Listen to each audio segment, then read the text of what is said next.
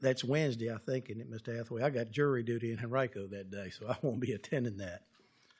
The traffic study for a no parking sign over at Burrell Lane, traffic engineering has that, and they're vetting the information right now, and Philip told me today that they'll have that information back by the end of December. So, other than that, I really don't have anything else to send out. If y'all have any questions, please let me know. Thank you. Mrs. Steers? Yes, sir, Mr. Chairman. Mr. Wynn, thanks for everything you've done. I don't have any thing to add to your list of things to do, but I just want to give you a heads up. After the first year, we're going to need another corridor study of the Kentland Trail, Colonial Downs area.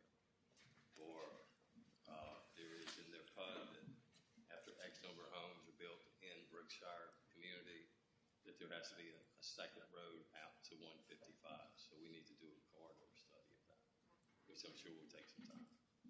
Yeah, we need to get that formally. So you will be sending that, Mr. Hathaway?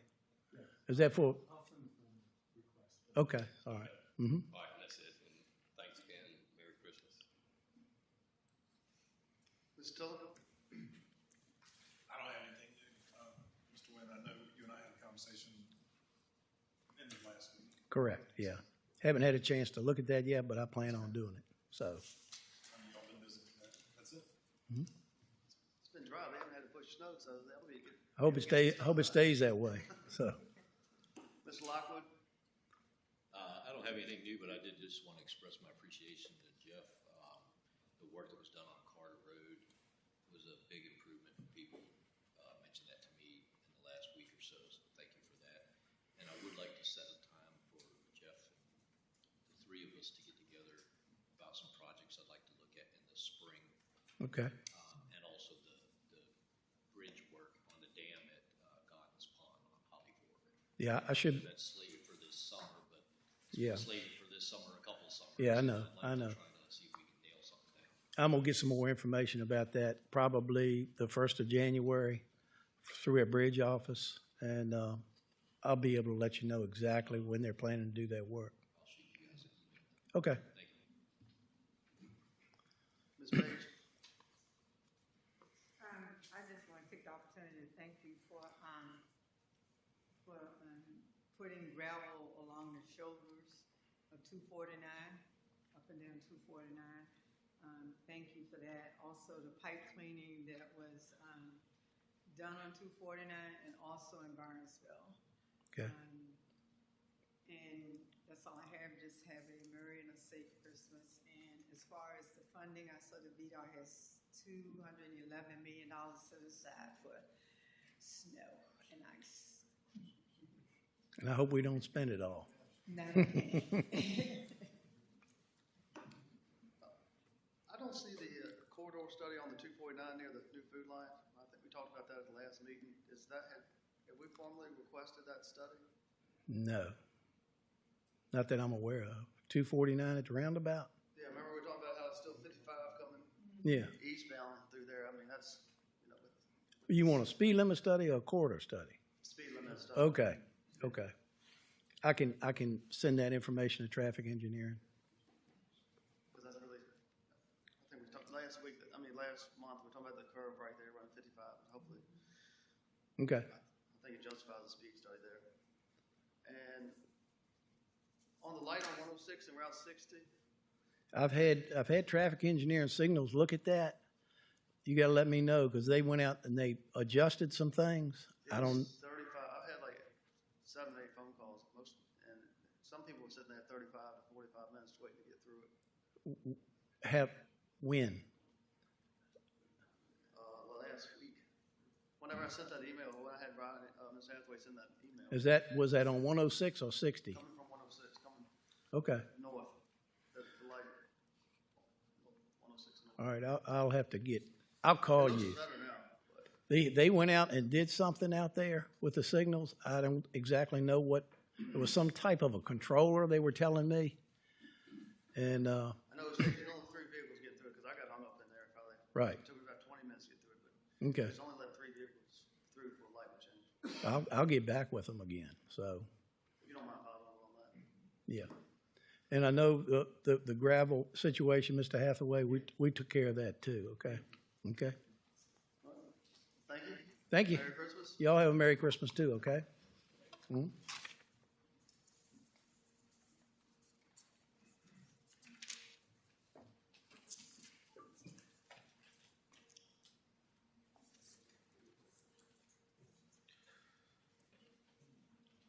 Next, we have a presentation from Brown Edwards on our comprehensive annual financial report. Ms. Albright? Hello, I'm Megan Argenbright. I'm a partner at Brown Edwards. I've been working on you guys' audit for 5 years now, and I'm here to present it to you for FY21. This is as of June 30th, 2021. It's currently in draft form. The version you guys have says draft all over it, but it will be issued by Wednesday, which is December 15th, and that's the state deadline. That's the requirement. The requirement is also for me to present to you by December 31st. It's a very small window, so that's why we're presenting a draft. But we don't expect any significant changes from that. It's well underway, and we'll be able to issue on time. But thanks to the county, to the finance staff, to Becca, to Larry, to Haney, to Shannon, and literally everybody else that we ask a plethora of questions to and ask for things that they only provide to us with an abundance of patience. Our team, I need to mention Becca Gundon, who is the one who manages the job, right? The partner gets to come and give the presentation, but she does all the hard work. And so she certainly sent a lot more emails than I did for this audit. But we did issue a clean opinion, unmodified. That's the opinion you want. There's also an in relation to opinion on the internal controls. We do not test your internal controls, we just evaluate them. We did provide some recommendations in a separate letter, and those are just that, recommendations. We come in and we're looking at things from a different perspective, and we're able to see things from a different light, and so we're able to provide recommendations for things that may help. We've also provided a audit committee letter, what we call the audit committee letter. It is the letter to those charged with governance. That's you guys. In that letter, we talk about a ton of stuff. It looks almost the same every year because there's a lot of things that are super important that we need you to know. Your financial statements have estimates, right? They're all throughout it. Your pension, your OPEB, the lives of your capital assets, your allowance for doubtful accounts, all of these things are big estimates. And so we note that specifically in that letter. The letter also has a section for audit adjustments. It has a section for things that we did not adjust, but we identified. And all of those things are thoroughly vetted, and they are there. We do not in any way think that those things that we passed on would impact any user of the financial statements. Finance is well aware of them. It's discussion. It's all understood. We did do your single audit, your federal compliance audit this year. We tested your CRF, your coronavirus relief funds. We tested that everywhere, surprise. We also tested school nutrition this year. And we also have to do some testing for the state along with the APA, so that information's in the compliance section of the report as well. Happy to answer any questions, but there's a whole lot of information in there. Try to just hit the highlights. Thank you. Anybody have any comments? Well, thank you, and a good job again. Rebecca, I know you had a lot going on this year, so to get another recommendation like that, it's something to be proud of. Please send pass that on to your staff. Thank you. Thank you. We have a few minutes left. We can't get to the public hearing until 7 o'clock, so any staff reports? I do have one item.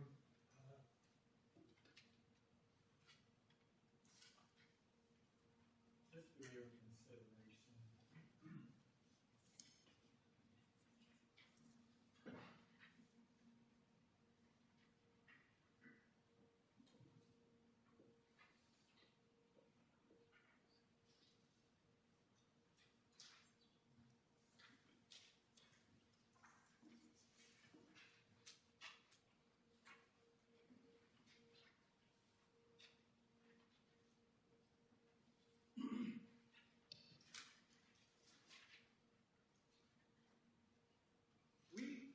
received notice earlier this year from our software provider that our Parks and Recs department used, called RecTrack, that the version of software that we're currently using will no longer be available to us at some point next year, and we're going to be faced with having to either buy the new version of theirs or go with another software product for our Parks and Recreation department. So we found this to be a perfect time, really, to look at other software solutions for our Parks and Rec department. And what the software does, it allows residents to go online and register for Parks and Rec programs. It also is utilized for us to rent out facilities.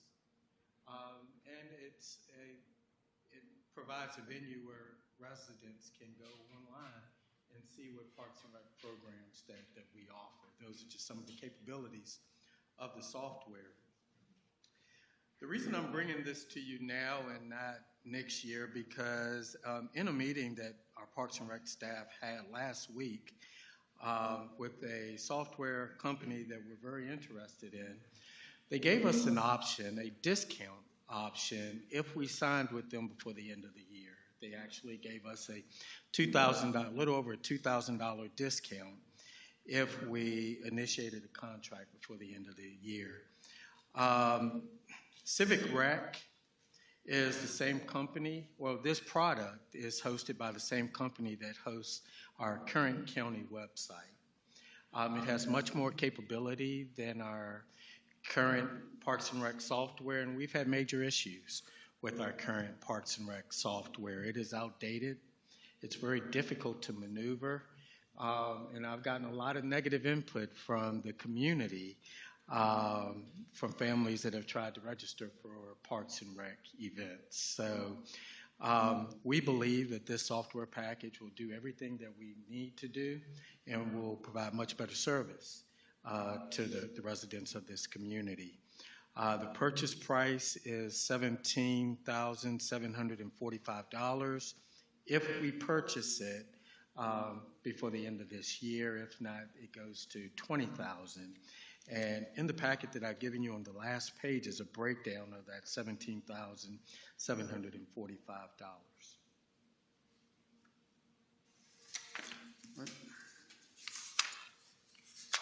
Anybody have any questions, comments for Mr. Hathaway on this?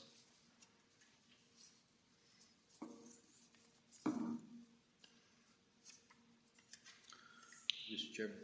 Ms. Lockwood? Mr. Hathaway, just curious, did we get a quote from the upgrade or the new version of what we're using, or are you just not satisfied with that product at all? We are not satisfied with our current product at all. We have not gotten a quote on that. We feel that this is a perfect time to leave that company and to move to something more capable of meeting our needs. Okay. Thank you.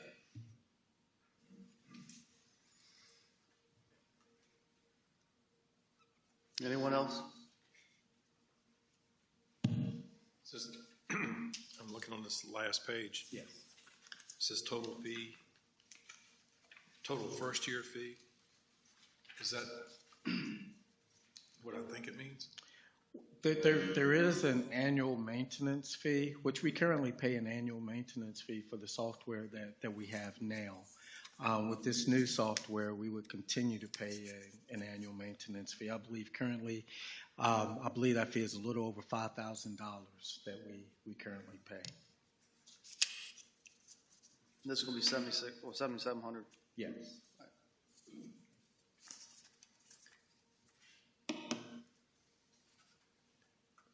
Mr. Chairman, I mean, according to Ms. Hathaway, you're not happy with what you have, right? We are not. Right. So, I mean, to me, if we went back to the same company, that would be like renewing your wedding vows when you know you're getting ready to get a divorce, right? No need to do that. So I would say that we should just go ahead and go forward with the new company. Waiting for a motion. Mr. Chairman, I move to approve the proposed budget transfer in the amount of $17,745 from the Reserve Contingency Fund to the Parks and Recreation Maintenance Service Contracts Fund for the purchase of Civic Rec software. Thank you, Ms. Steers. Any other discussion? Ms. Watkins, will you poll the members? Ms. Page? Mr. Steers? Aye. Mr. Lockwood? Aye. Mr. Tiller? Aye. And Mr. Evelyn? Aye. We have any other business?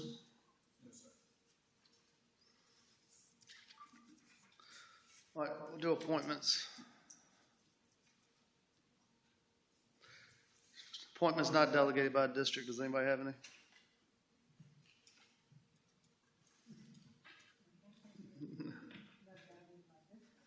Yeah, delegated by district. Yes, the first one. Yes.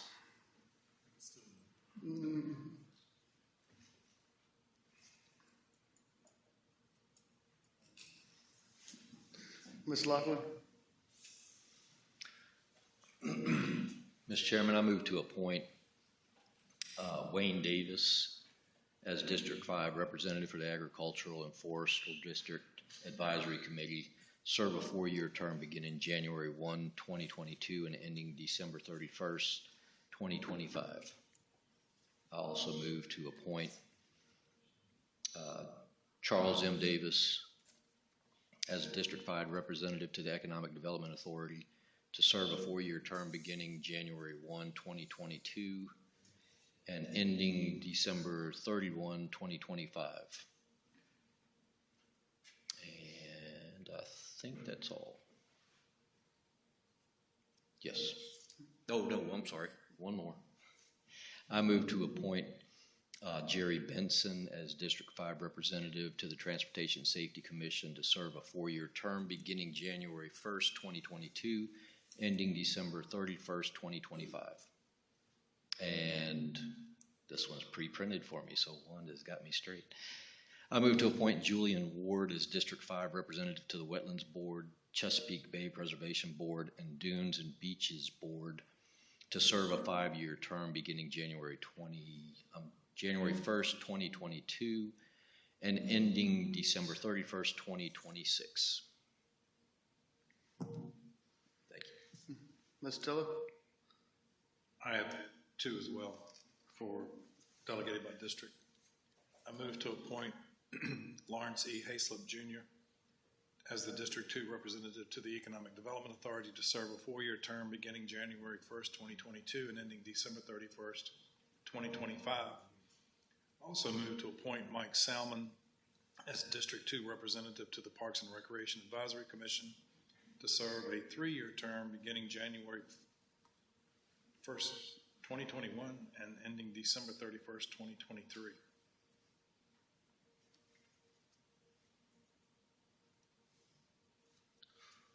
That all?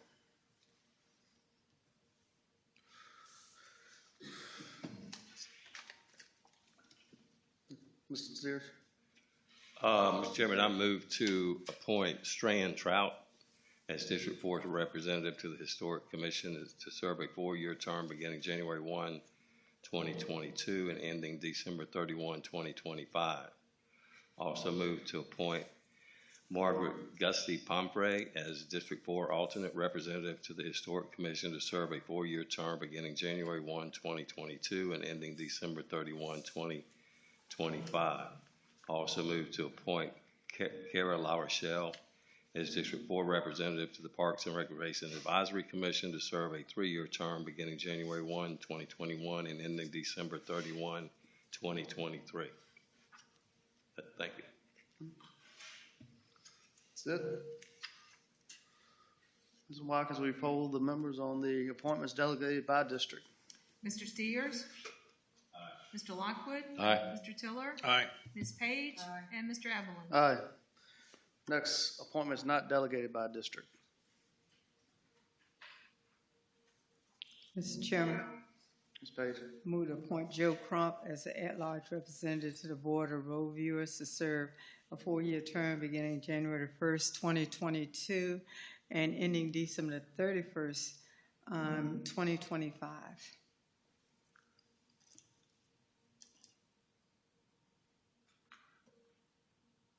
Anybody else?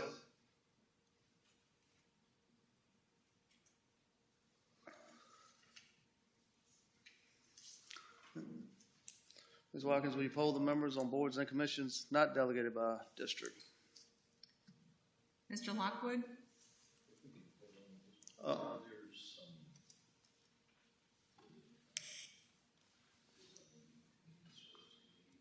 they going to meet before January 31? I mean, before next meeting? They have a meeting scheduled this Thursday. They do, okay. I think,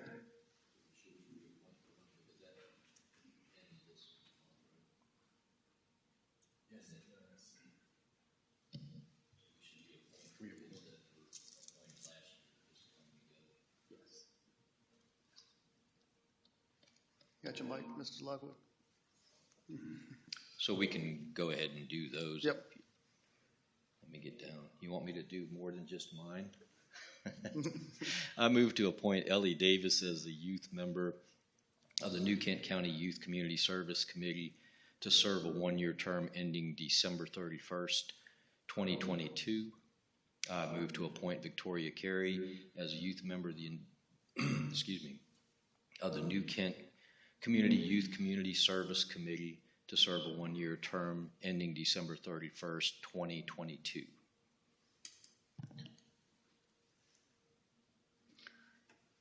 You finished? Yes, ma'am. Mr. Chair? Yep.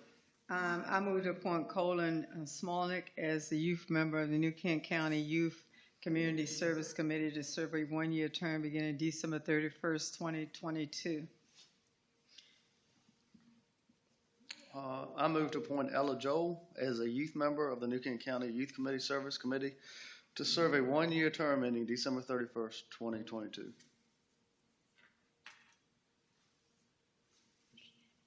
There's 3 of them for District 2.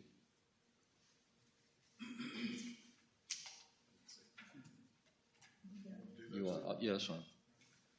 I move to appoint Alexis Sarqua as a youth member of the New Kent County Youth Community Service Committee to serve a one-year term ending December 31st, 2022.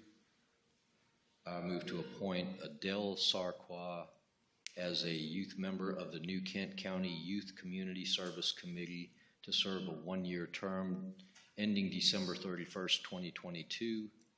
And I move to appoint Derek Fallon as a youth member of the New Kent County Youth Community Service Committee to serve a one-year term ending December 31st, 2022. I believe that's all.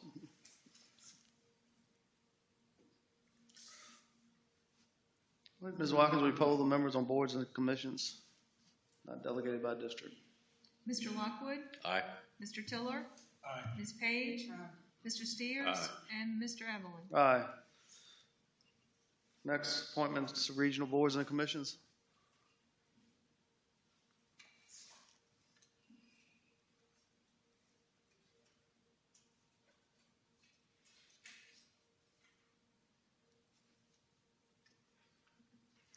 They're not.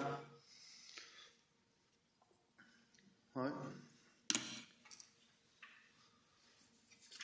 Well, we can't do any other business until 7 o'clock, so we will break until then.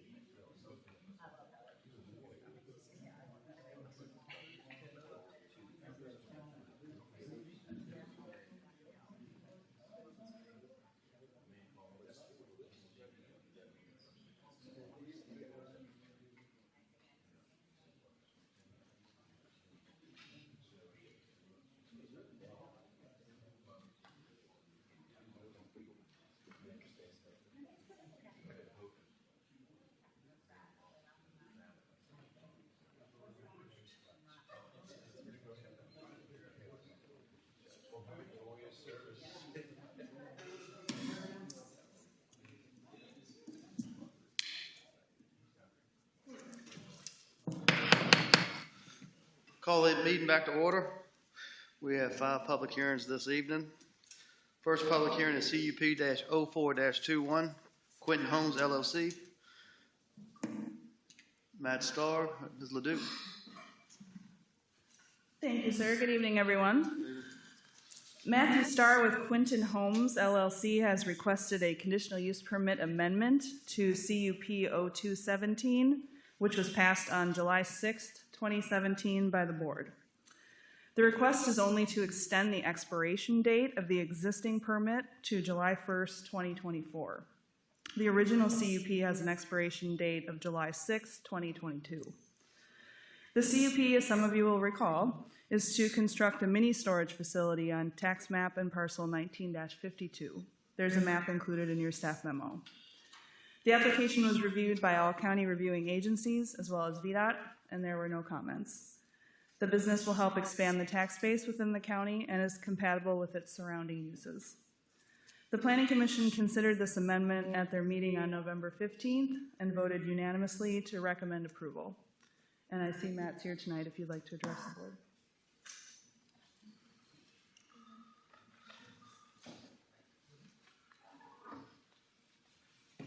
Good evening, board. I don't have too much to say, just ask you to consider the extension. We were on track for the expiration of the CUP, or having the building built by the end of the CUP, which would be July of next year, but COVID caught us by surprise, and my father was my partner on this project, and was diagnosed with ALS in 2020 and passed first month of 2021. So just ask you to consider that and consider giving me a couple more years to get it straight. Thank you. Any questions? Anybody have any questions? I think we're good right now. Thank you. I'll open the public hearing up now. Could you bring the sign-up sheet up, please?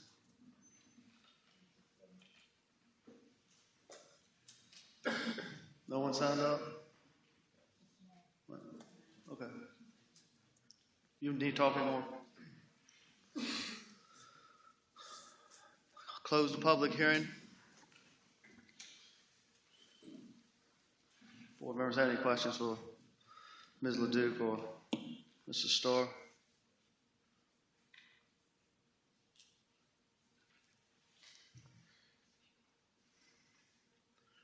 Do you think you need a total of 2 years? You come up.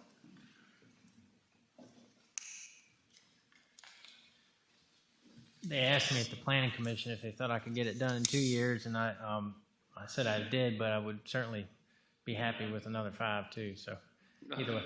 I was talking about going the other way. No, I think it would take every bit of 2. They're telling us 14 months on the delivery of the buildings. So site plan is almost ready to submit, and then 14 months to for the buildings to come in is what we're being told.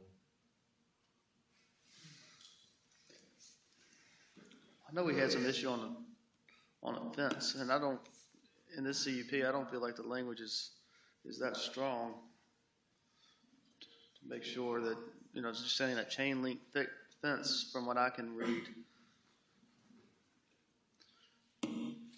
It's the same language that's always been in there. It's what I mean, I know the same language, but since we're reapplying, I guess we could change some of this stuff. What's that, sir? We could change some of the You could. conditions. It's pretty extensive. We actually had to install the pretty significant fence at the other mini stores that we owned, which did a pretty good job of shielding. So and that was required based on this language.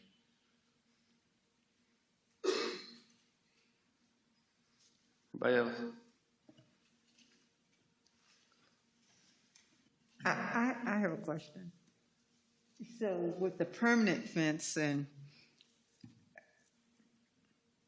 I see where about the temporary fence, and I know that's facing front, but will you be able, will it be like the existing one on 249, where when you're driving west on 249, you still can look into storage yard?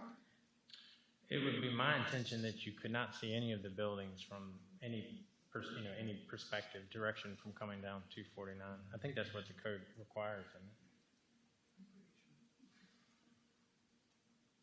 it? Has to be, I think it's fairly vague, but it basically says it has to be screened from view from adjacent properties. Is that right? Right away. Sorry.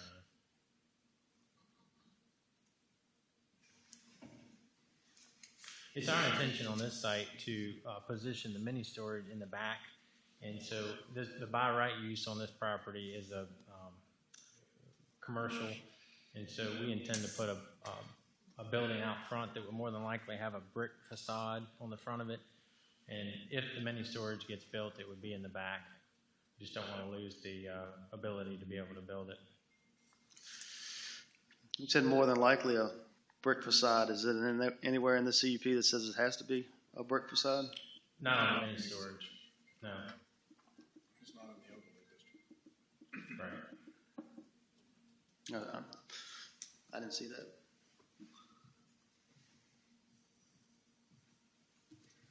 Not required, but that's our intention to put brick or maybe even stone on the front of the building out front. We envision some sort of a flex building out front that would have commercial retail. We feel like it would fill a need for small businesses seeking to have a suite somewhere with access to a bay door on the backside.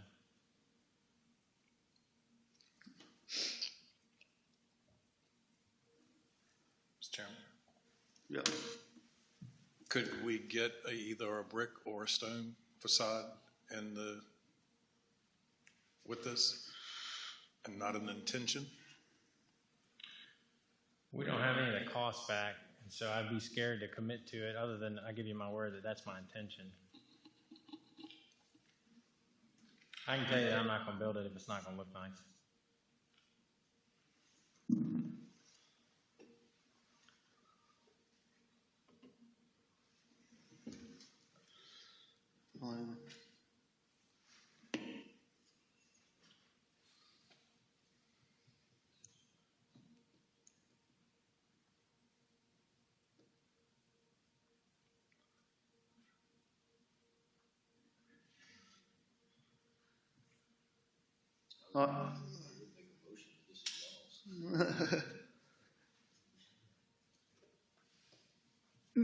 I think my question, because with planning, it's a standard for mini storages.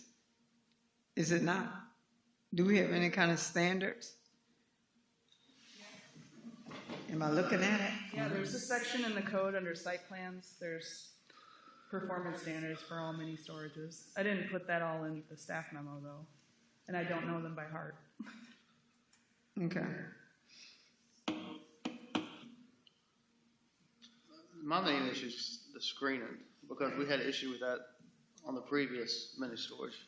I mean, at first it was a chain link fence with some black paper, and that was screened. So I think the language needs to be a little stronger. Yeah, the temporary fence language is what's in the CUP. If Mr. Hathaway could maybe pull up the performance standards just to see exactly what it says about screening. Because they actually went back and, the way the performance standards were written, they were probably legal to just have that black screen fence in there, but they went back and actually did a nice permanent fence. And I just want to make sure that's done with this.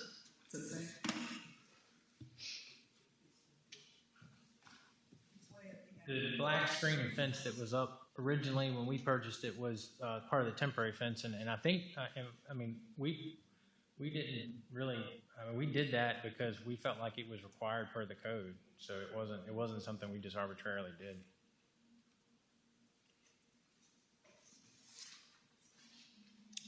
I think the previous owners might have read the code a little different than you did.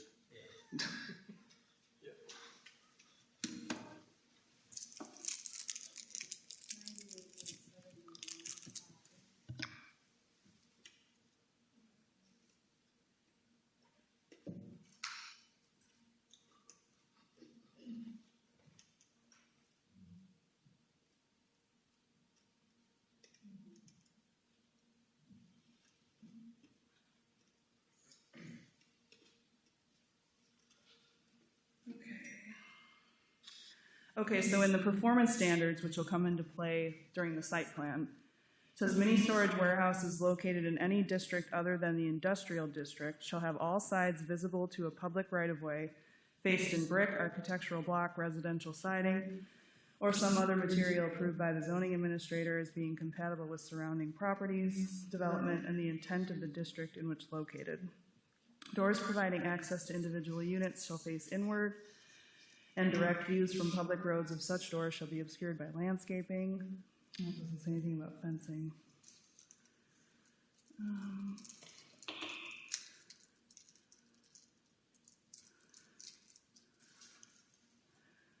Okay, in the first one it says, all storage for mini storage warehouses shall be within a completely enclosed building, provided, however, that the outdoor accessory storage of recreational vehicles is acceptable if such storage is screened from view from adjacent streets and residential properties by landscaping supplemented by fencing.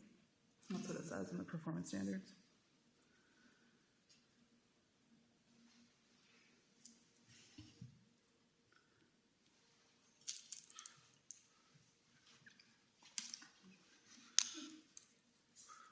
So we could ask to have stone or brick on the fence as a.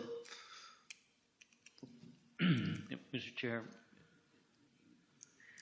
I believe that the ordinance from 2017, as I read it, says in addition to the transitional buffers and landscape yards, permanent fencing shall be installed around the perimeter of the mini storage facility to screen the facility from view. Said fencing shall be constructed of masonry, wood, or other similar building materials.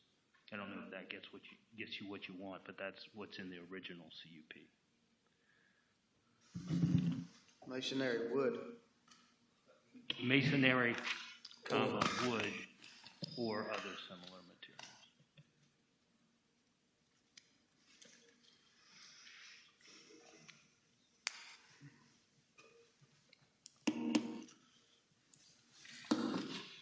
What?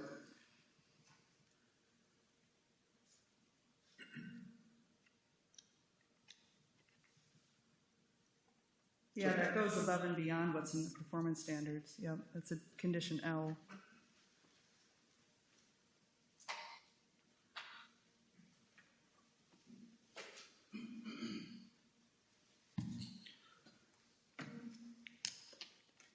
And Mr. Chair, Yep.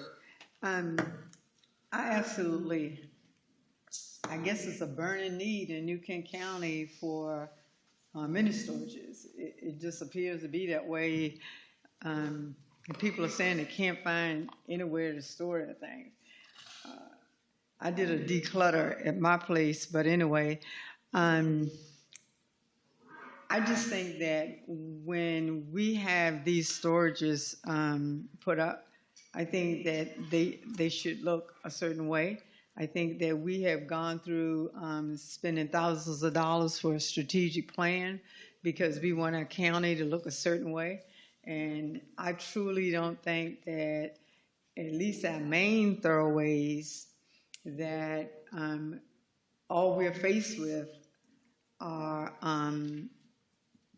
buildings that look like they were haphazardly placed, or a bunch of mini storages that some of them you can see inside of, some of them I guess the opportunity was there not to see, but it's still at the end of the day,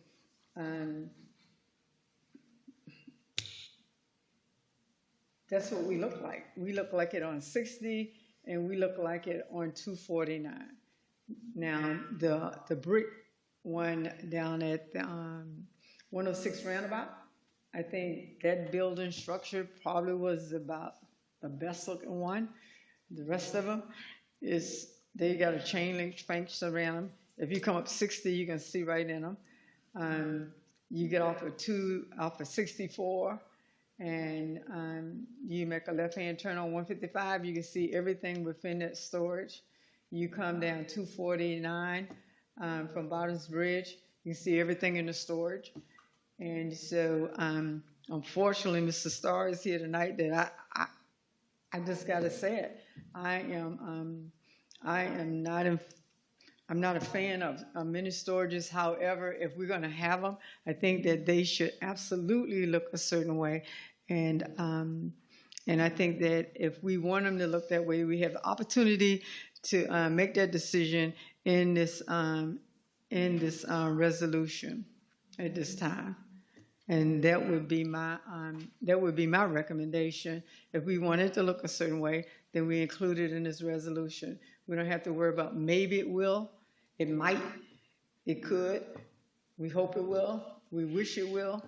We don't have to worry about that. And then we don't have to worry about our residents and our tourists coming through, and that's what they're faced with all the way down our roadway.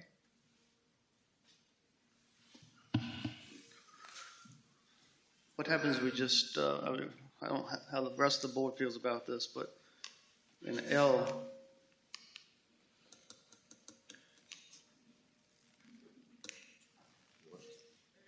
the said fences should be construction of masonry and then cut the rest out. I know me being in the wood business, it's weird I want to cut out wood, but I think like Ms. Page said, you know, we really want it to look good. Would you be okay with that change, masonry? I think if you take all the options off the table except for brick or mason, I think it's cost prohibitive, to be honest. Mr. Chairman, I have a suggestion. Why don't we defer this, have the opportunity to meet back with Mr. Starr. He has the opportunity to do some pricing, and we can see if we can come up with some kind of resolution at a later time. How about that, Mr. Starr? I can do that. It would take me some time to get site plan dialed in and then to get the cost back. I can tell you everything is much more expensive, obviously, than it was when we got the CUP, so we're just trying to pivot to try to make the project work. That being said, you know, the current CUP is still active until July, and you know, there's several ways probably that I could vest that CUP before July, but I'd rather not do that. I'd rather take my time and be able to build something nice that would. I mean, you got my word that it's going to look nice. You know, coming in the door, I'm not going to put my name on it if it's not. So you know, I guess where I'm at is if I order buildings tomorrow, I'm worried that they're not going to be, even if I just get one up to vest the CUP, it's still going to be it's going to be tight. Mr. Steers? Yeah, Mr. Chair. Mr. Starr, since this was approved July of 2017, and I appreciate, you know, your reasons for not getting anything started on the project as of yet. How would you feel if we voted not to extend the CUP? Because you're stating it could be up to 2 years before you're even ready to come back and build this. So what if we denied the extension and then a year or 18 months from now you come back and reapply for a CUP? How do you feel about that? Well, I think the 2 years was to give me time to have the building erected and the building permit, you know, applied for, and a CUP even. So, CUP, sorry, what am I thinking of? Yeah, no, not the final CO of the building. So, I mean, these projects take time typically. So, for us to clear the lot, do the site work, order the buildings, I see that process could take up to 2 years. Hopefully not. I mean, I'd like to think we'd be up and open in a year, but my goal was to build the flex storage first out front. I say flex storage, the flex building, commercial building that I mentioned with the brick facade, and then to see what kind of appetite and desire there was for that. It may be that the site doesn't warrant building any mini storage on it, but I'd hate to get knee deep in it and not be able to have that option afterwards. So that really was my goal, was to have that to fall back on. We've still got the ability to build 2 more buildings at the other location. So, you know, we would build those 2 buildings theoretically, and then we would build the commercial building with the retail out front and the flex bay doors on the back, And then we would reassess at that point whether we felt like there was a need for more mini storage. That's honestly the thought process behind it. Well, that was a long answer, but I appreciate it. But so you would not be so much in favor of us just voting not to extend it? Preferably not. I mean, to me, it's a obviously it comes down to a business decision. But I'm going to be pretty uncomfortable moving forward with the project without some sort of vesting of the CUP. Right. But I got 6 months to do that, so I mean. Yeah. Then maybe I would agree with what Ms. Page said, maybe just defer it to a later date. I think that, no offense, I mean, but we've had them come to us with promises and just not now. So, Yeah, and I mean, most people don't like to see mini storages, and I've heard several people in the community say, why are there so many mini storages? You guys wouldn't build them if there wasn't a demand for them. Right. You're not in the business of building something and going bankrupt, right? So when you have all these age-restricted people moving into the county, and they move from up north, and they come down here, some of them don't even have garages, and they have to have some place to put their stuff. And I've advised them that they should just sell their stuff because their kids don't want it. You know, they really don't. If you think today's generation wants your great-grandmother's little teapot, they don't want her teapot. You might as well sell it, go on a nice vacation, and enjoy yourself, you know. But or donate it to Proclaiming Grace. Right. We'll sell it for you. Thank you. Question for Brendan then, I guess. If there's going to be other proposed condition changes, don't we have to go back to the Planning Commission? No, I don't think so. Okay. It's not significant. They wouldn't be big changes. Mr. Chairman. Well, Ms. Starr, how long would it take you to, a month, January or February? When would be appropriate for you to be able to take a look at pricing and availability and all that good stuff so that we've got a timeline to work with? I appreciate the opportunity to do that, but my gut feeling is that, and I guess maybe what I can do is come back with a proposal, so a couple of months would probably be sufficient. I think the screening is the biggest issue, the material for that. So I would say focus on that. If you're going to come back and propose something, then that might satisfy the desire of the community and this board. Very good. Thank you. How long do you think? A couple of months. Mr. Chair, you can do it, Mr. Phillips? Go ahead, it's your district. I was going to ask Mrs. Starr if we said we'd like to put it on the March agenda. Would you be comfortable with that? Would give you January, February, and half of March. That'd be great. And the rest of this month as well. Yeah, thank you. Okay.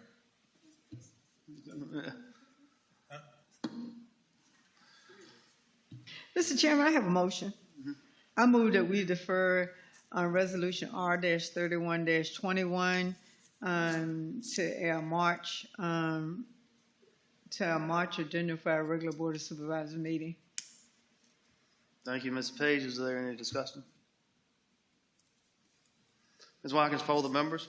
Mr. Tiller? Aye. Ms. Page? Mr. Steers? Aye. Mr. Lockwood? Aye. And Mr. Evelyn? Aye. Thank you. Thank you. Second public hearing tonight, ordinance amendments OA-08-21, amendments to the New Kent County zoning ordinance to increase the maximum building height in the economic opportunity and industrial districts. Ordinance O-31, ordinance O-36-21. Ms. Leduc?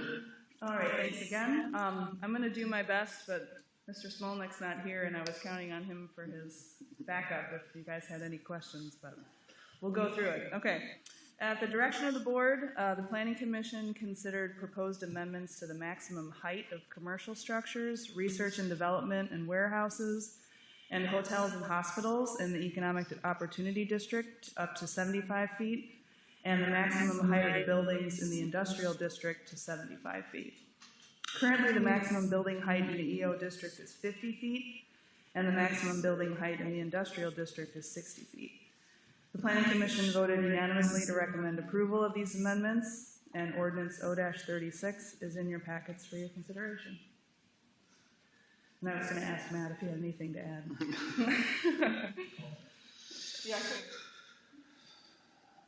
All right. I'll, any questions for Ms. Leduc? If none, I'll open the public hearing. No one signed up. I'll close the public hearing. Any concerns, comments? Mr. Chairman, Yes, if sir. there's no other questions or concerns, I move to approve ordinance O-36-21. Thank you, Mr. Tiller. Ms. Watkins, will you poll the members? Ms. Page? Mr. Steers? Aye. Mr. Lockwood? Aye. Mr. Tiller? Aye. And Mr. Evelyn? Aye. I am going to turn over the public hearing for the third public hearing tonight to Mr. Tiller. Full disclosure, I am in the logging business, and this is exempting the logging equipment. I do not have any logging equipment in New Kent County, so this would really not affect me anyway, but I just think it would look best if I stepped aside. So I'm going to turn it over to you, Mr. Tiller. Thank you, sir.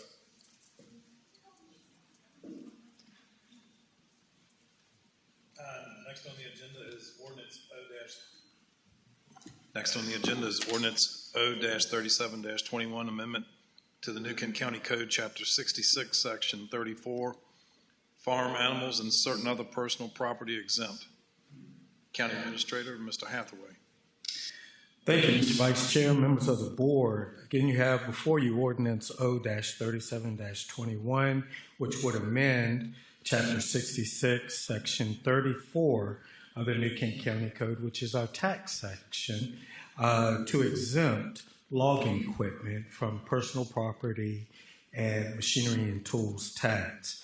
Back in January of this year, you heard a presentation and request from the Virginia Loggers Association. That presentation informed you of an action that was taken in the 2020 during the 2020 General Assembly section, which amended Section 58.1-3505 of the Code of Virginia. This amendment stated that localities may consider exemptions for logging equipment as under the same, I guess, class as agriculture equipment. The ordinance that you have before you states that the county it states that agriculture equipment includes logging equipment. So adopting the proposed ordinance before you would exempt logging equipment from personal property taxes and ultimately machinery and tools. I've put in the staff report that it's protected information, the amount of money that we collect from any type of industry. By code, we cannot divulge that information. But I will say that in total, from machinery and tools tax, we collect just over $50,000 a year in total.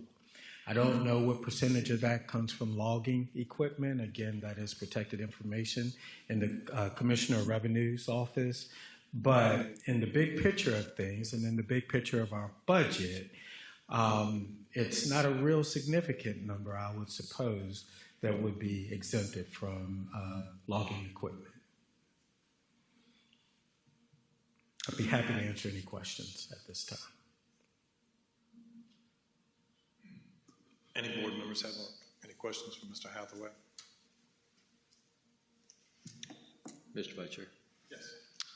I don't really have a question, but I just would like to say that, I've thought about this thing a lot, and the problem, the struggle that I find is when we start exempting certain industries any industry, it doesn't matter, what it is, and we start classifying them as exempt, it's kind of like opening a door that may never shut. And I realize the General Assembly needs to approve a lot of these things, but, when we almost play favor with certain industries when we allow tax breaks for them and not for others, and the equipment that's used for the jobs that they do.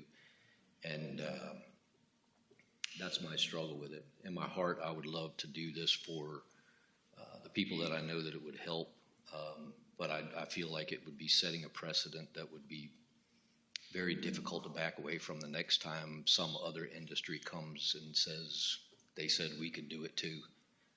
So that's where I stand. Thank you, Mr. Lockwood. Any other questions before we open the public hearing? If not, yep. Mr. Tiller, I have a question, but I do have a comment. And my comment being something that's very near and dear are our older adults. And as we talk about in our county, our struggle to pay increased real estate taxes and personal property taxes.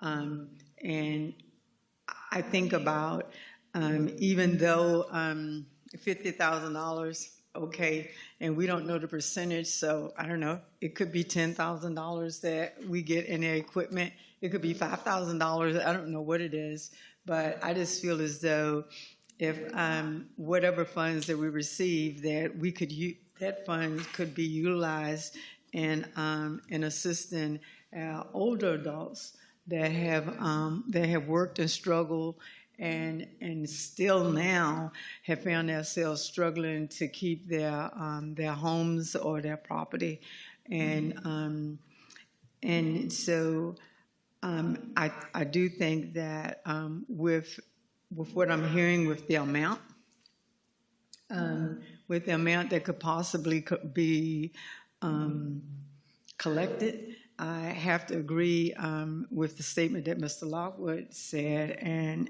that is that what will we do next?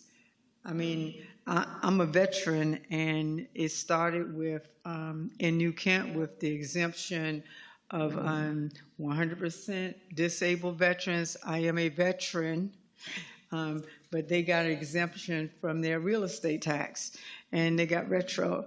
And then through legislation, now there's an exemption through their personal property tax. However, I look at those veterans that have disabilities that haven't qualified as 100%, and they absolutely get no kind of assistance. So I think that when we look at exemptions, then we have to look at all sides and how it affects us as a community as a whole. And so that's what I have to say. Thank you. Thank you, Ms. Page. Nothing else, I'll open the public hearing. This time I open the public hearing, Ordinance O-37-21. Sign up sheet.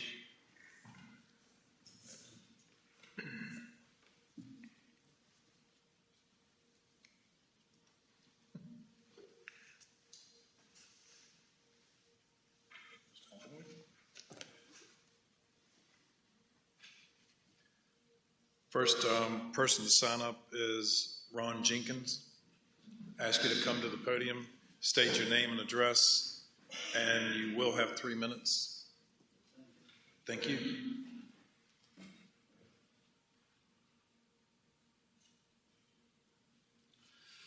Mr. Vice Chair and members of the New Kent County Board, thank you all so much for the second time having the privilege of coming before you. My name is Ron Jenkins. My wife and I live in Goochland County. We represent Virginia logging families across the Commonwealth of Virginia. So we're here and we're happy that you at least put this on the public hearing tonight. I can understand your point of view that you two have expressed. I would like for you to listen to maybe another point of view too, that the folks who we're here to represent tonight are part of your citizenry. They are folks who have small or family-owned businesses. They produce essential products, just like farmers. In fact, when we went to start this project, we thought that most of our forest harvesting sector within our association stated that they felt like they were just like farmers. And in fact, we went to the Farm Bureau and we had their entire Virginia Federation of Farm Bureau voted, representing some 33,000 producers in 2019, and agreed with that. They voted to approve it and to support us. We also had all of the associations that are typically in forestry, the Virginia Agribusiness Council, and the Virginia Association of Counties also supported us. And we put it through the General Assembly with 100% unanimous approval by House of Delegates and Virginia Senate.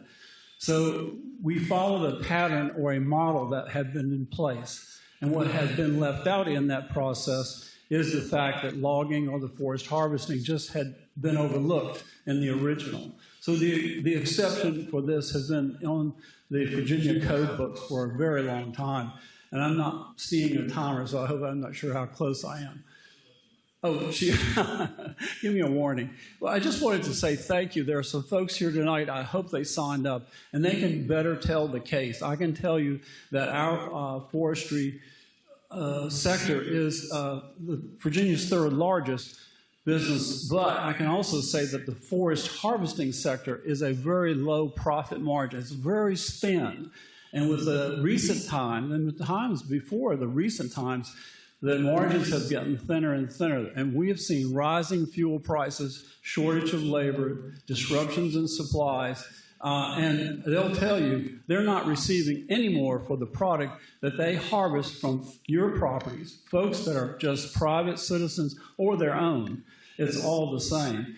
And it seems to me that it puts them in a very unique position. It's not just every business that we're talking about. Sorry, are we close? 18 seconds. Wanted to say thank you. I'll hope that they will come up and speak for themselves. I'm here with 3 other family-owned businesses tonight here in your county. I thank you very much and respect your decision. Hope it will be favorable. Next on the list, Daniel Hockenberger. That's correct. I'm Daniel Hockenberger, 5041 Lynn Lake Court, Barhamsville. I own Virginia Forest Resources, LLC. Our office is at Parham's Landing. My wife, she keeps handle of everything in the office. I employ, I think, 10 right now, not including my wife and myself. I have 2 logging operations, 6 rather expensive pieces of equipment that break down pretty frequently. Any breakdown can cost up to about, $10,000, sometimes $20,000. Any break that we could get is a great help. And sometimes a breakdown might, completely eliminate any profit that you have. It might eliminate bonuses that we can pay our employees. And like Ron said, fuel prices are going up. Insurance costs are going up. And, margins get squeezed. So any help would be greatly appreciated. And I think my cohorts in crime here, they can state other cases that might help our case, but I do appreciate you all considering this ordinance, and it would be a great help. Thank you. Next on the list is a Ray Sickle. Is that correct? Sickle. Again, state your name and address for the record, and you have 3 minutes. Thank you. My name is Ray Sickle, 6725 Farmers Drive, Burnsville, Virginia, 23011.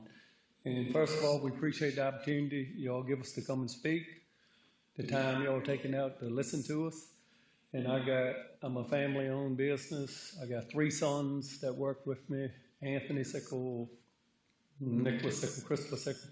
They're all in the logging business with me. And it's really getting hard and harder to profit. Like I say, it's not there like it used to be.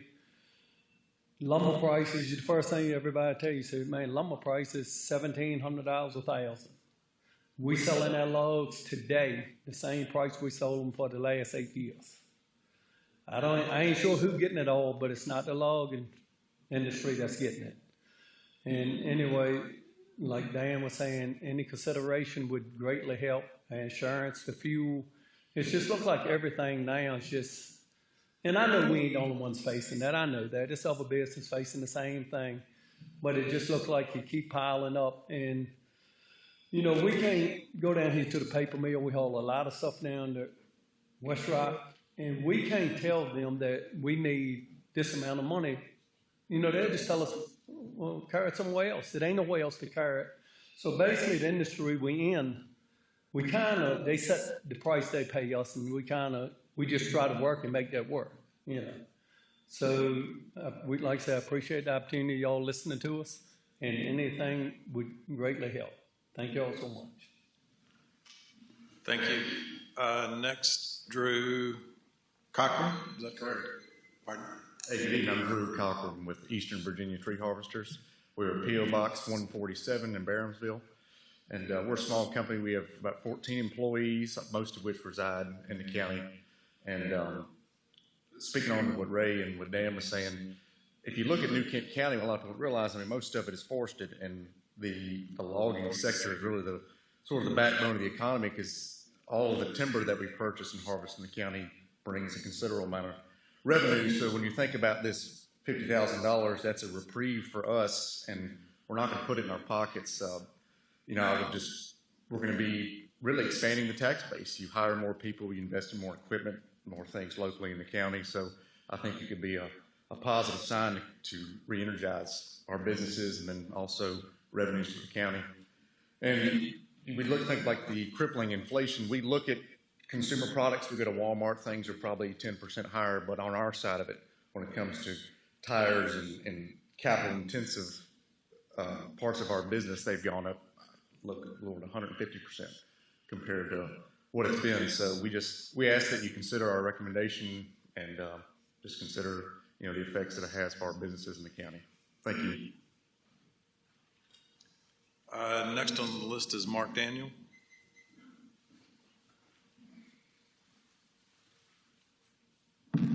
Mr. Chairman, ladies and gentlemen, Mark Daniel.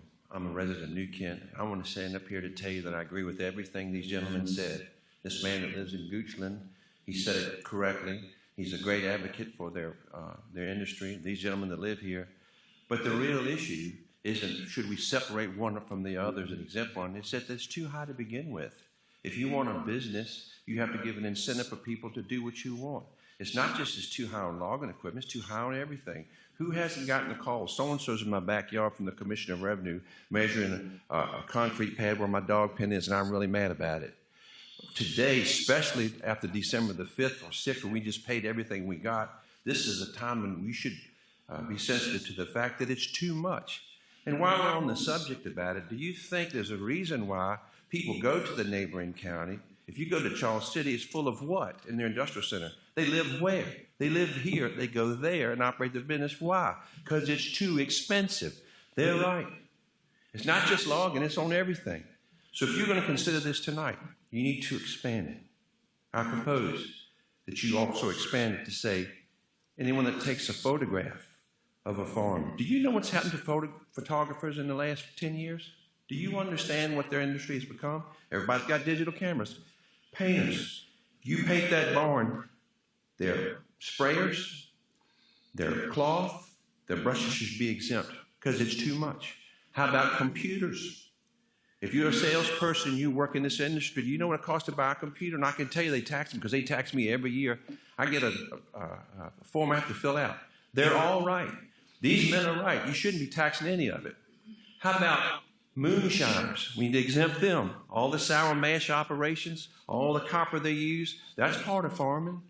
If that sounds ridiculous, then we should maybe consider that the entire approach, I'm sorry, I didn't mean to make you laugh, but my point is this. Excuse me, Sheriff.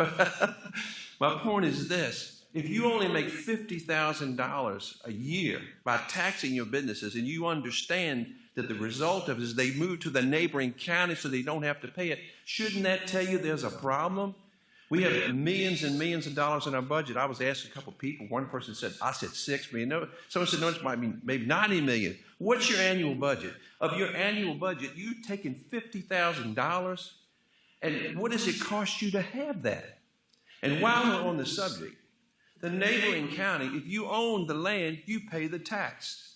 We have an antiquated, antebellum, and an unequitable system today where we reward people who own huge tracts of land, and I love them, we know them, and the average Joe who owns 1 acre, he pays full tilt. Why is that equitable? If you spread the tax burden amongst everyone, it will go down for everyone. So I ask you to consider this.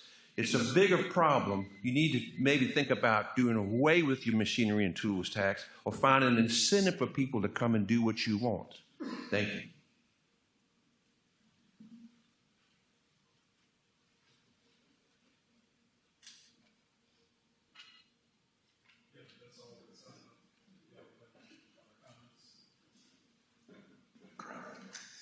Y'all have any other questions?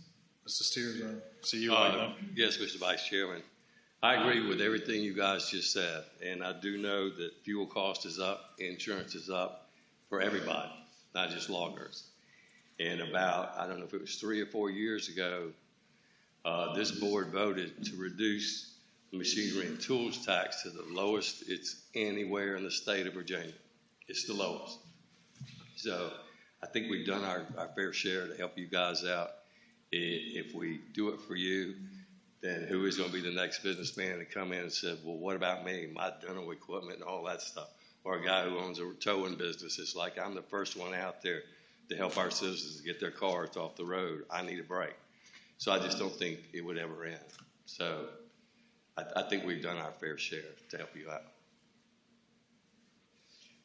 Mr. Chair, I just wanted to say, I know when I made my statement, what I said, but I do want you to understand this.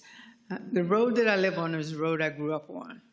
And I grew up on that road with families that were that worked, were loggers. And those families actually, when I was growing up, they had the bow saws that they used to put the chain on the back, and you see the saw hanging behind the truck going down the road. We've had friends of the family that died in the woods cutting logs. So absolutely, I understand the danger of it. I understand the hard work. My dad grew up cutting pumpwood and loading trucks by hand. And so it's not lost in me.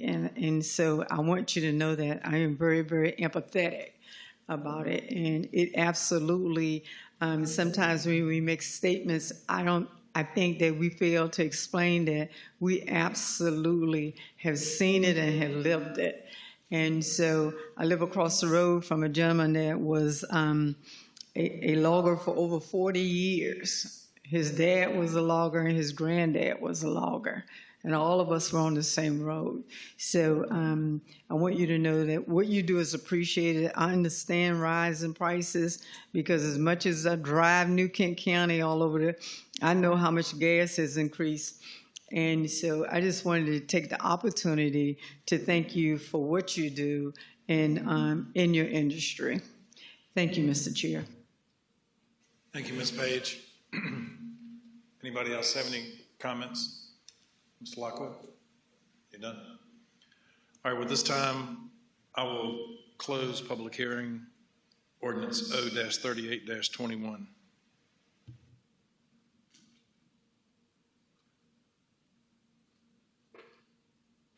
Mr. Hathaway, while you're standing, I do have a question. What is like Mr. Steers said, I know we lowered that machine and tools tax rate a few years ago. Do you know off? I believe it's 75 cents is the machinery tax and tools rate. $0.75. Thank you.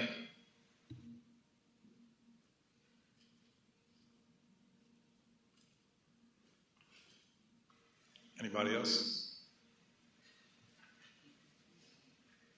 All right, we'll entertain a motion.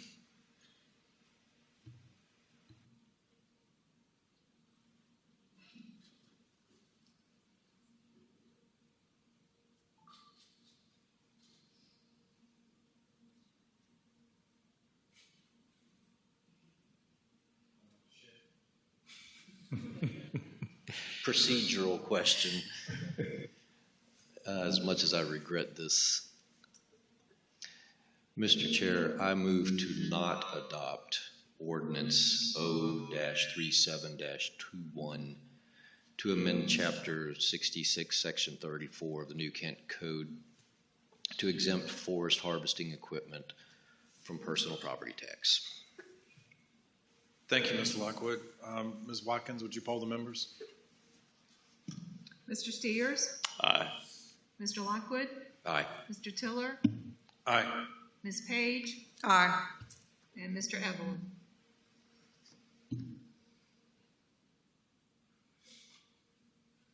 This time we'd like to invite Mr. Evelyn back up to the podium. Oh, there he is.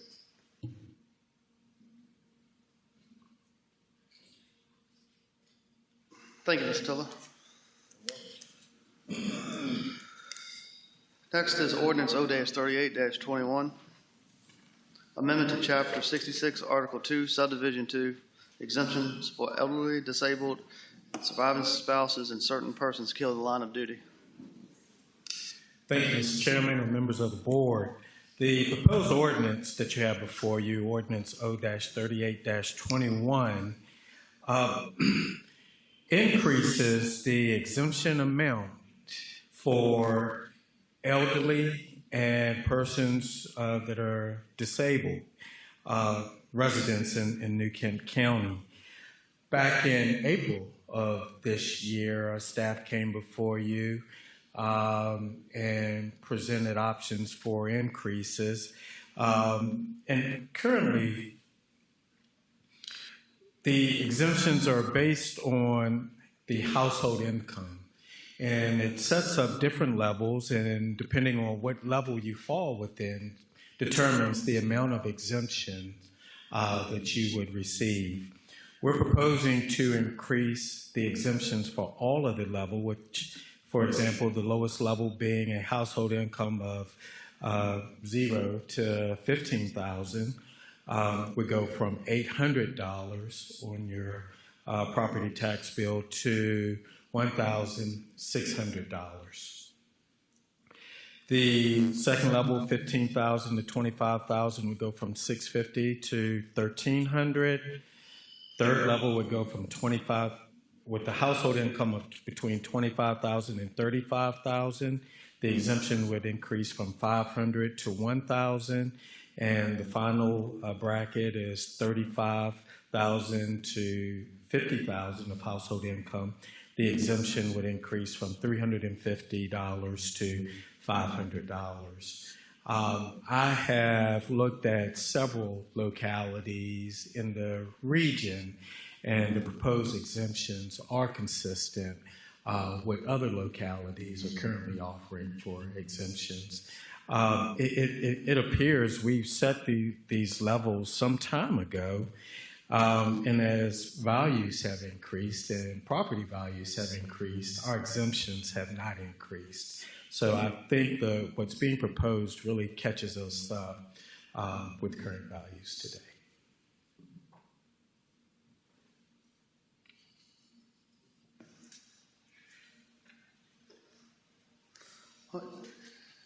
Any comments from Mr. Hathaway? None, I'll open the public hearing. No, it's signed up, I'll close the public hearing.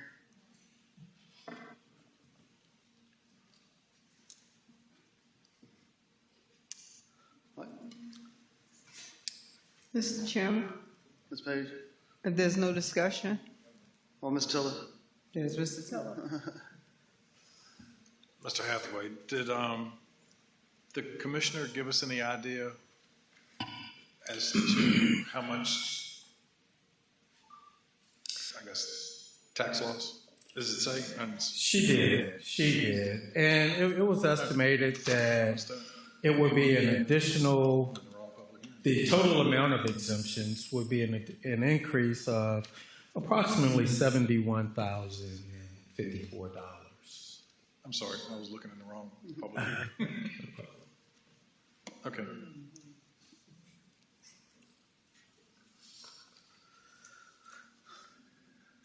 Ms. Page. Mr. Chairman, I think I expressed my feelings about our older adults in New Kent County, especially. I'm appreciative of our Commissioner of Revenue doing her due diligence. I know that at one time when I spoke to her, she said that we had a program, but some people were hesitant to come in because they disclosed their income and all of that. And I think now with rising costs, that may have made a difference in people's willingness to come in. Surely this is not a handout, but this is to help our citizens that have worked very hard in their lives. If there's no other discussion, I'd like to make a motion. Yes, ma'am. Mr. Chair, I move that we adopt ordinance 0-38-21 to amend Chapter 66, Article 2, Subdivision 2 of the New Kent County Code to increase the exemptions for qualifying elderly and disabled residents. Thank you, Ms. Page. Any discussion? Ms. Watkins, poll the members, please. Mr. Lockwood? Aye. Mr. Tiller? Aye. Ms. Page? Aye. Mr. Steers? Aye. And Mr. Evelyn? Aye. I think this is a good thing. I would like to make one quick comment. I know there's some stuff talking about the neighboring counties during that last public hearing. I'm not talking about on the forestry side, but I think we do a pretty good job in New Kent because the machinery and tools tax in Charles City is $3, and the tax rate on personal property is 92 cents. So New Kent County is a lot cheaper than our neighboring locality. So I just want to make that point. And Districts over there. yeah, so I know that point was being made, and my family has been in Charles City County for 3 generations now, and I love New Kent, but that's just where my grandfather started, and we've stayed there. Okay, going on to the last public hearing tonight, Ordinance 0-39-21, redistricting. Mr. Hathaway. Thank you, Mr. Chairman and members of the board. You have before you an ordinance to adopt a redistricting plan for New Kent County, a process that's been extensive, and we have tried to reach out to the community and get as much input as we can. It's a process we only do once every 10 years, so to me it's important that we get this right. I presented to you the census data of, I believe at our last presentation I presented a total population of 22,945. That number has been adjusted by the state to 23,018, and the difference is 73 inmates that are incarcerated outside of New Kent County, but their last place of residence was New Kent, so they're being counted towards their last place of residence.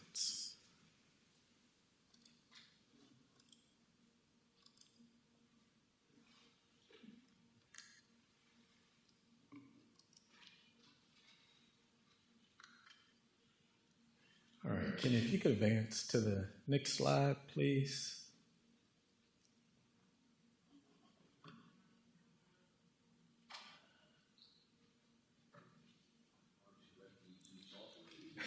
I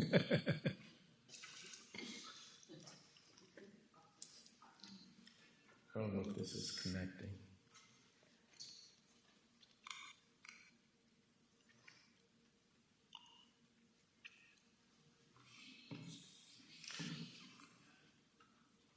Here. I've seen it 4 times. You want to go ahead and tell them? Yeah, I think we. Oh, that's you. Control it.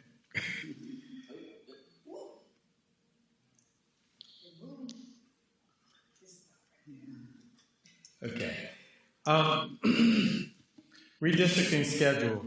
By the Constitution of Virginia, we are required to submit a plan to the Attorney General's office by the end of this year. The Attorney General has 60 days to review and hopefully approve our plan. Once that approval takes place, then we'll work with the Registrar's office to send notices out to the residents whose districts are changing. But this is really just a recap of our schedule. On the 12th, I came to you with the presentation on the census data. We adopted 12 goals that guided staff through the redistricting process. October 27th, the October work session, I presented to you 4 options. From the community comment that we've received, we actually added another option, and we slightly changed one of the existing options.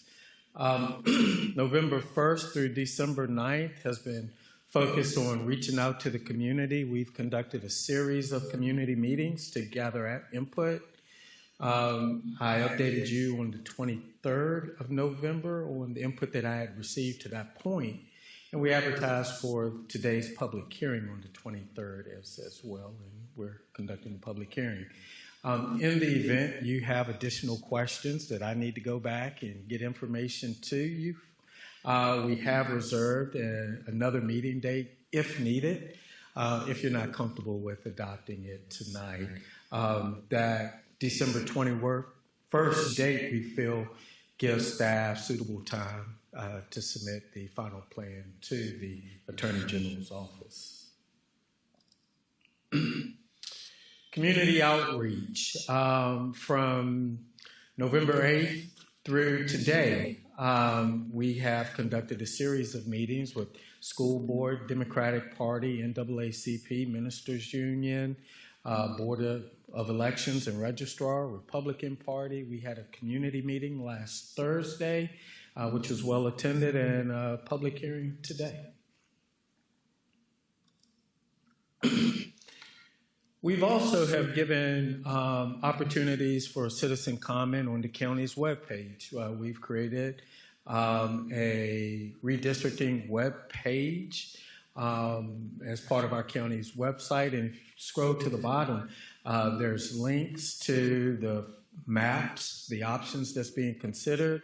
There's a link that citizens can click on to provide written comments to us. We also have a link to the presentation that I made on October 27th as well. It takes you to our YouTube site. Redistricting requirements. These are the state code requirements. I won't spend a lot of time. Actually, we went over those at our October 27th meeting. But these are basically the requirements we have to meet when we submit our plans to the Attorney General's office. These are factors considered in our plan as to whether or not we are in compliance with the Voting Rights Act, and items that basically boxes we have to check when we submit to the Attorney General's office. And our ideal district size changed it slightly when we added the 73 residents with the state's adjusted number. Our ideal district size now is 4,604. That's our goal. By state code, it only allows a 5% deviation, so we can go 5% above, which is 4,834 residents per district, or we can go 5% below, which is 4,373 residents per district.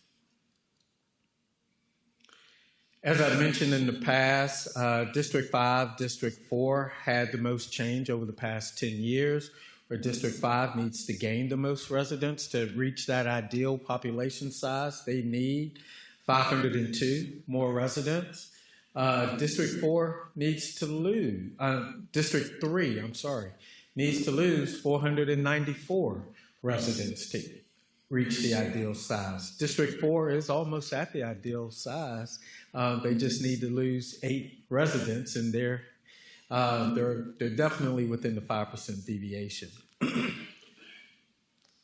We also had District 1 and 2. We had to make changes to those districts because both of those districts were slightly outside of the 5% deviation, where District 2 had to lose 257 and District 1 had to gain 332 residents.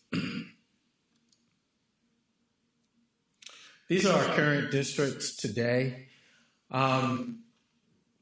We did look at our black population. You know, one of the requirements on the previous slide is that we were not intentionally diluting the minority vote.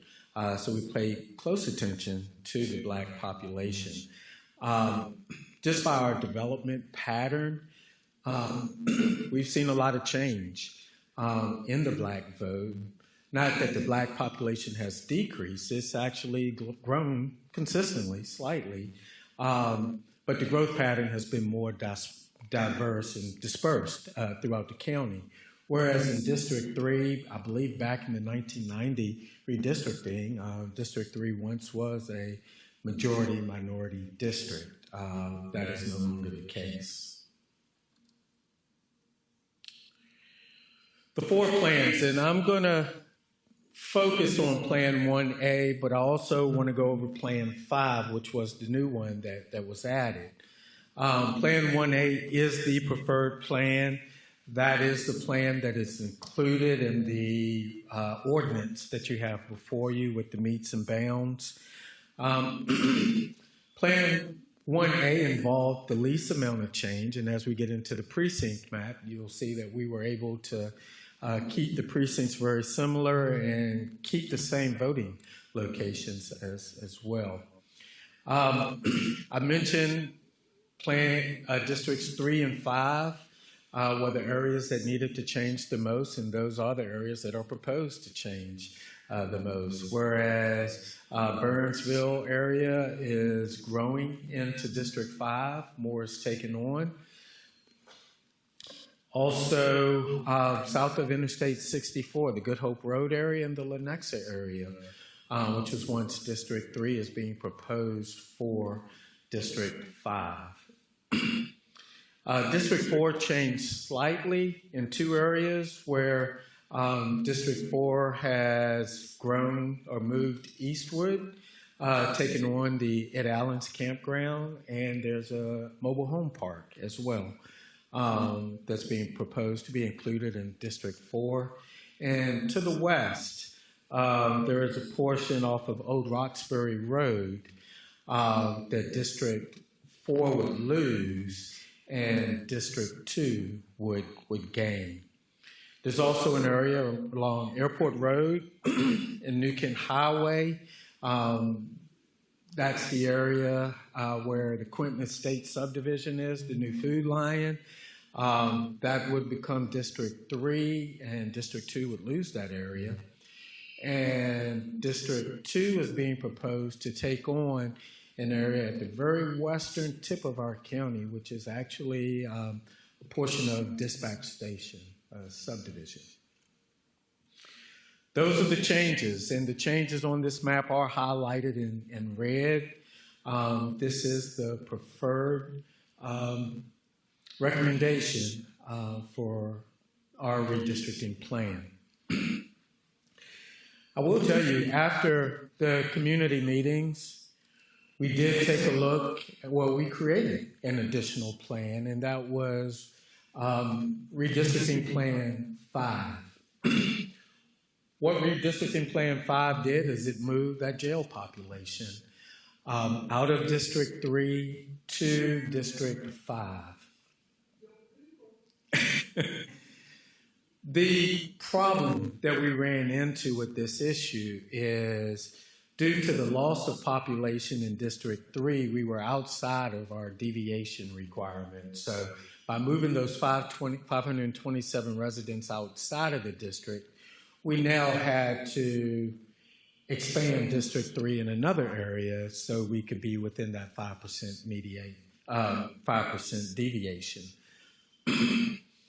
And we also wanted to maintain the black percentage, population percentage as well, which also presented even more of a challenge for us, because as we looked at expanding different areas of District 3 to stay within the deviation, we ended up diluting the black population.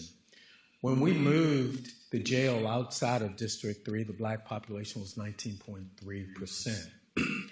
We were able to maintain that and actually increase it a little bit by taking in the area in the very center of the map, which is actually part of the Oakmont subdivision, which presented challenges to us too, and some concerns of splitting the Kentland PUD.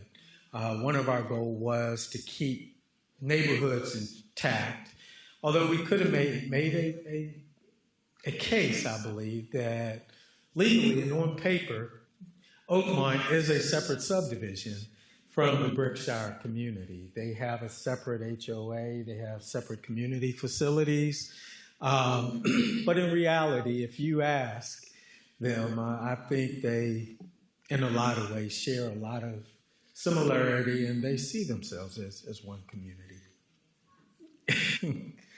So we were concerned.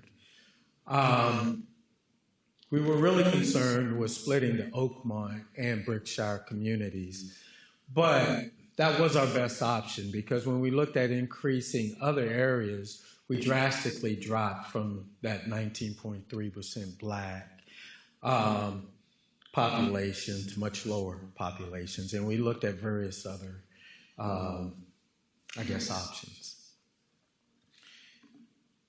But I wanted to present on this because for the general public, this is a new option and different from the previous 4 options that were presented at the work session. Going with Phase 1A, if that's the preferred option, we then had to look at precincts. That is part of our plan.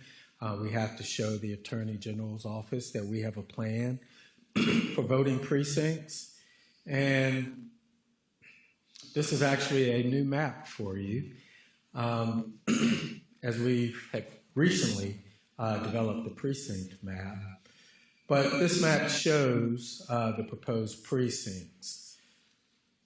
Please note that the blue triangles are the voting locations within the precincts, and none of the blue triangles will change from the current blue triangles. We do have one issue. It's not really an issue, but we have one voting precinct that would be outside of the actual district, but that's currently the case today. So it's still no change than our current voting process. It is our goal, well, it's our legal requirement that our voting districts have to be equal in population, but it is not a requirement for the precincts to be equal in populations. And you'll see, and I've put the precinct population in the graph above, and there are some big disparities, but we felt that they're all manageable. And many of them are very similar to the current disparities that we face during our elections today. And we ran into some issues as we tried to draw boundaries. The biggest disparity you'll see is probably District 4. Well, you'll see that the Providence Forge Rec Center will serve about 3,000 and, wrong map. Providence Forge Rec Center will serve about 3,200 residents, and Mount Calvary Baptist Church on Mount Castle Road would serve about 1,400 residents. And the challenge we had, as you move that dark green line eastward to take on more population, we ran into situations where people would be driving past the Providence Forge Recreation Center precinct to vote at Mount Calvary, and we didn't want to create that situation. And we found that the numbers aren't too different from what they are today. So we felt that it was manageable. We felt that the Providence Forge precinct is capable of handling that amount of voters. So we ended up with the proposal that we have today. I do want to make one more note before questions. Last week, we received the drafts from the Supreme Court of Virginia of their redistricting proposals. And right now, I believe there's two options that they're looking at. Both options will dissect the county as far as the state Senate districts. Both are proposed that we will have two senators representing the county. One district would be, I believe it's Senator McDougal, and the other half of the county would be Senator Norman's district, who I believe Senator Norman is not running for re-election. The problem is, right now, both of those plans, their lines, their district lines do not line up with our district lines, and that's okay. But we at least need the precinct lines to line up with the state lines. Otherwise, we're going to have to keep track and keep multiple ballots at precincts for people to vote, and that's a little too much to manage. So when the state adopts a plan, we will more than likely be coming back to you to amend our plan. But right now, it's not much we can do until the state adopts their plan. And legally, we have to submit a plan by the end of this year. So that's just kind of a heads up. This time, I'll be happy to answer any questions. Any questions, Mr. Hathaway? Mr. Chair? Yes, sir. Mr. Hathaway, I'm just curious, our deadline is to submit our plan, and if the state changes something with our senators, then there's no penalty on us for having to go back and redo our plan. Is that No, there's no penalty. And actually, right now, the Supreme Court has a public comment period. And if this plan is adopted tonight, I plan on submitting a public comment that these are our districts and they're not consistent with what's being proposed. I don't know if the state will listen to us, but I do plan to submit a public comment. Well, they gave us a bunch of money for a Brady grant, so. Sorry.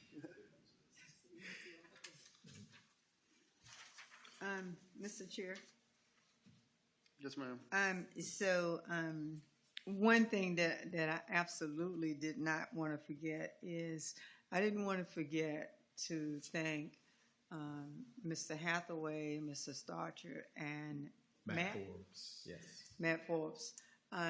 They absolutely stayed here until 7, 8, 8:30, 9 o'clock, I guess, to make sure that this county had the opportunity to share their voice. So if members didn't share their voice, then that's on them.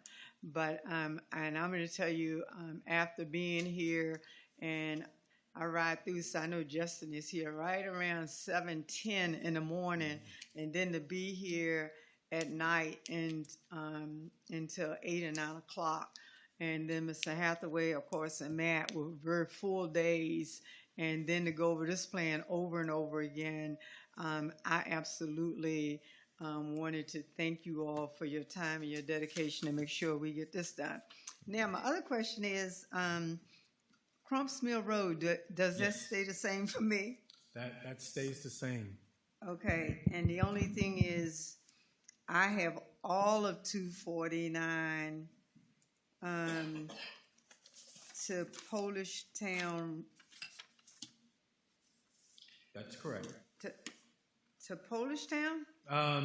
No, actually, that is 249 to.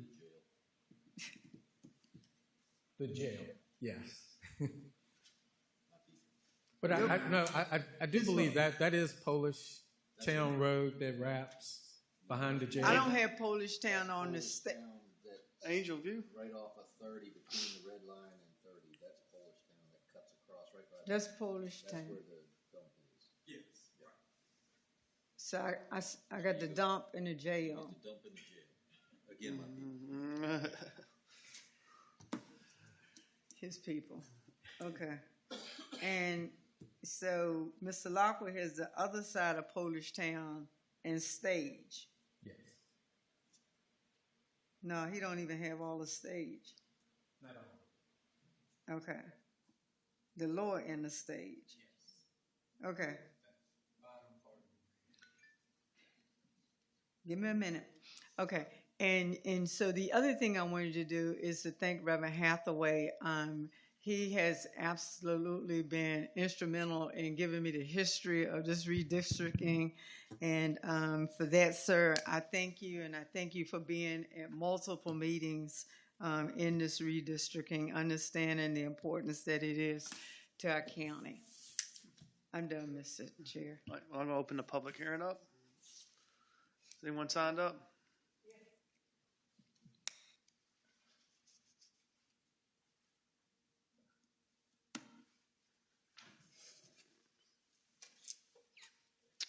Reverend Hathaway? Still in my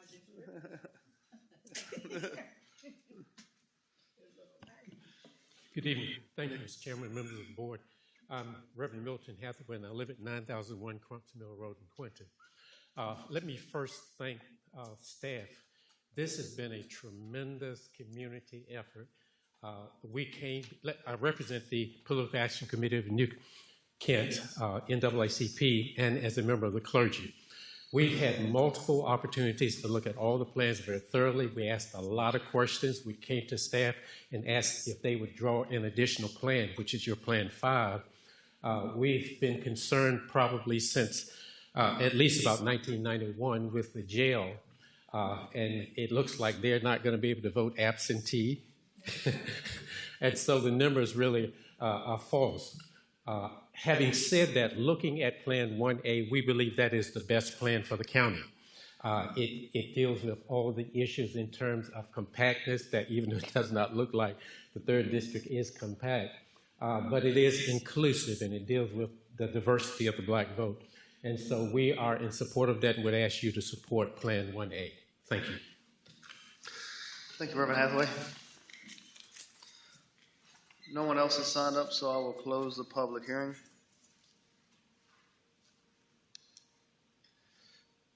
If there's no other discussion, I'll entertain a motion.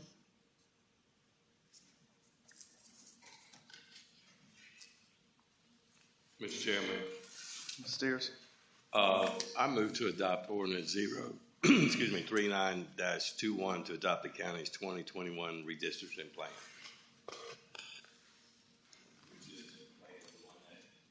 Yep. Thank you, Mr. Steers. Any comments?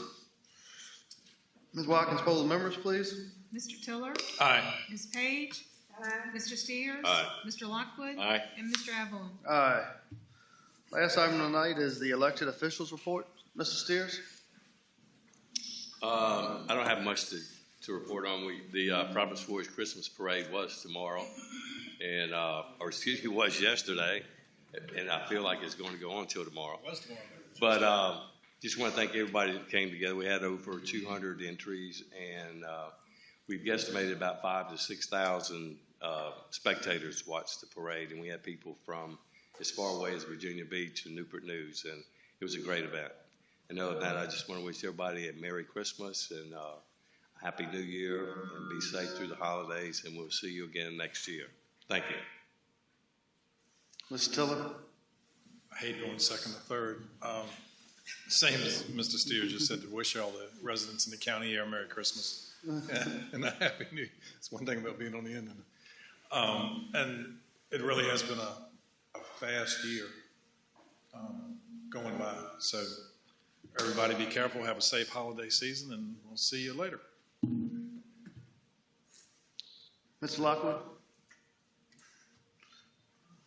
Well, we were talking about how late we make y'all stay at work, so I'll keep it brief, but I love being a part of New Kent and being a part of this board.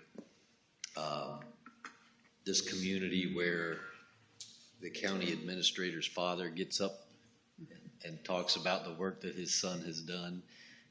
I think that's an amazing thing. That's a true sense of community, and I really respect it and appreciate it. And I just wish all of you a Merry Christmas and a blessed New Year. So thank you. Ms. Page? Please. I'm going to keep it short. Yeah, right. It's not April Fool's Day. Yeah. I just wanted to say that what a year.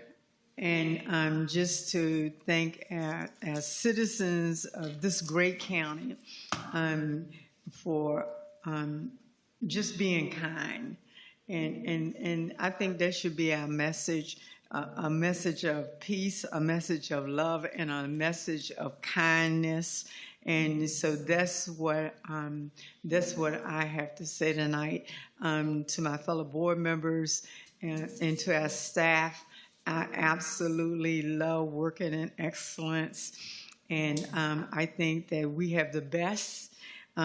This is home, and I'm telling you, I'm loving where I live, and just loving serving the citizens of New Kent County, and to the board and to our citizens, I just want to say a very Merry Christmas, a very blessed New Year to all. Thank you, Ms. Page. Well, I will keep it short. I do wish my fellow board members Happy New Year, Merry Christmas. It has been a quick year. I would agree with Mr. Tiller, but I thank you all for the support. We're all one team. It's not one. I think we all work together very well. And thank you for allowing me to be chairman this year, and enjoyed working with each and every one of you. Like Mr. Lockwood said, it's kind of rare when you go around to these other localities and the conferences we've been to that the board can actually get together, even though we might disagree on a few things sometimes, but at least we do it respectfully. And that was what I was taught from a long-standing board member a long time ago. But anyway, thanks for coming out this evening. Everybody at home, again, Happy New Year. Thanks, and Merry Christmas, and be safe. All right? Motion to adjourn. Motions? Take that motion back. Make a motion to continue the meeting until Thursday morning at 9 a.m. or what time is it? 8:30.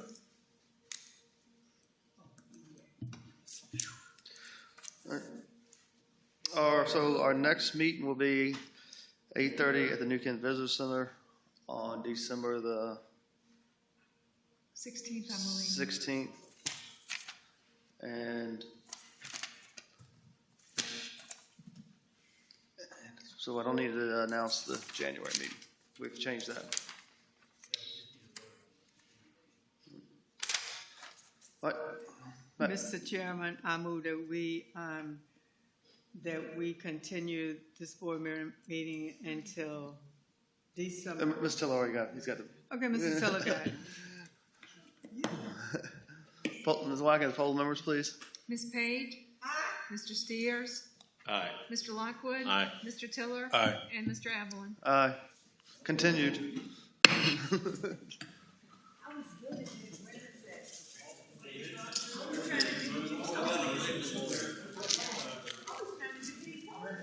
Thank you.